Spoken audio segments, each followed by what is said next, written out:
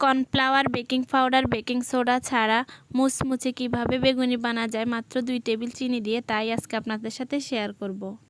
এখানে আমার যেসব উপকরণগুলো দরকার হবে আমি সবগুলো উপকরণ এখানে নিয়ে নিব। এখানে 2 টেবিল চামচ চিনি, 2-3 টেবিল চামচ চালের গুঁড়ো, হলুদের গুঁড়ো, মরিচের গুঁড়ো এবং স্বাদমতো লবণ বেসনের সাথে দিয়ে দিব। দিয়ে এগুলো ছাঁকনির সাহায্যে চেলে নিব। অবশ্যই এগুলো চেলে নিতে হবে। এখানে আমি যে 2 টেবিল চামচ চিনি ব্যবহার করেছি এগুলো আমার বেগুনিকে ফুলকো করতে অনেক সাহায্য করবে। আর আমি কর্নফ্লাওয়ার, বেকিং পাউডার, বেকিং সোডায় কীভাবে বেগুনিকে ফুলকো করি তা দেখেন। Cornflour, baking powder, baking soda এগুলো ব্যবহার করলে তেলে ভাজি করার পরে কিছুক্ষণ পর্যন্ত মুসমুসে থাকে, তারপরে আর মুসমুসে থাকে না। আর আমি মিশ্রণগুলোর মধ্যে পানি মিশিয়ে নিব। একসাথে পানি দিব না, অল্প একটু পানি দিয়ে হাত দিয়ে এভাবে ব্যাটারগুলো গুলিয়ে নিব। যাদের হাত দিয়ে গুলতে ইচ্ছা করে না তারা হ্যান্ড ব্যাটার দিয়েও এগুলোকে মিশ্রণ করে নিতে পারেন।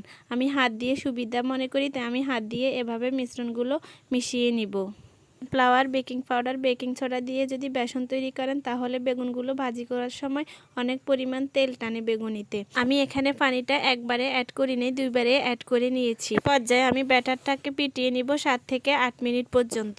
ভালোভাবে ব্যাটারটাকে পিটিয়ে নিব যতক্ষণ পর্যন্ত ব্যাটারটা পিটিয়ে নেওয়া যায়। পিটাতে একসময় ব্যাটারটার কালারটাই চেঞ্জ হয়ে যাবে এবং পাতলা হয়ে যাবে। অনেকক্ষণ সময় ধরে পেটাতে দেখেন আমার ব্যাটারটার কালার কীরকম পরিবর্তন হয়ে গেল এবং ব্যাটারটা অনেক পাতলা হয়ে গেল। ব্যাটারটা অ্যাকুরেটভাবে আসে কিনা সেজন্য আমি আঙ্গুলের সাহায্যে পরীক্ষা করে নিতেছি। দেখেন আমার আঙ্গুল থেকে ব্যাটারগুলো একটুও লড়ছে না, তার মানে আমার ব্যাটারটা একদম পরিপূর্ণ হয়ে গেল।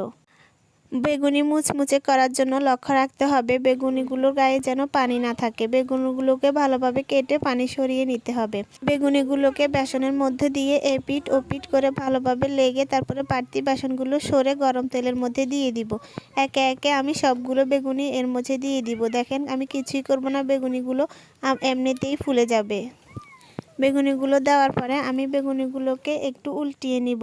আপনাদেরকে লক্ষ্য রাখতে হবে তেল গরম হয়ে গেলে আগুনটা একদম লো আঁচে রাখতে হবে। লো আঁচে রেখে 4 থেকে 5 মিনিট ভালোভাবে বেগুনিগুলোকে ভেজে নিতে হবে। এই যে দেখেন আমি কি রকম আঁচে বেগুনিগুলো ভেজে নিচ্ছি। একদম হালকা আগুনে আমি বেগুনিগুলোকে মুচমুচে করে নিচ্ছি। বেগুনিগুলো যত সময় নিয়ে আস্তে আস্তে ভাজা হয় বেগুনিগুলো তত মুচমুচে হয়। আমার বেগুনিগুলো দেখে বোঝা যাচ্ছে বেগুনিগুলো কেমন ফুলকো এবং মুচমুচে হয়েছে। আমার রেসিপিটা যদি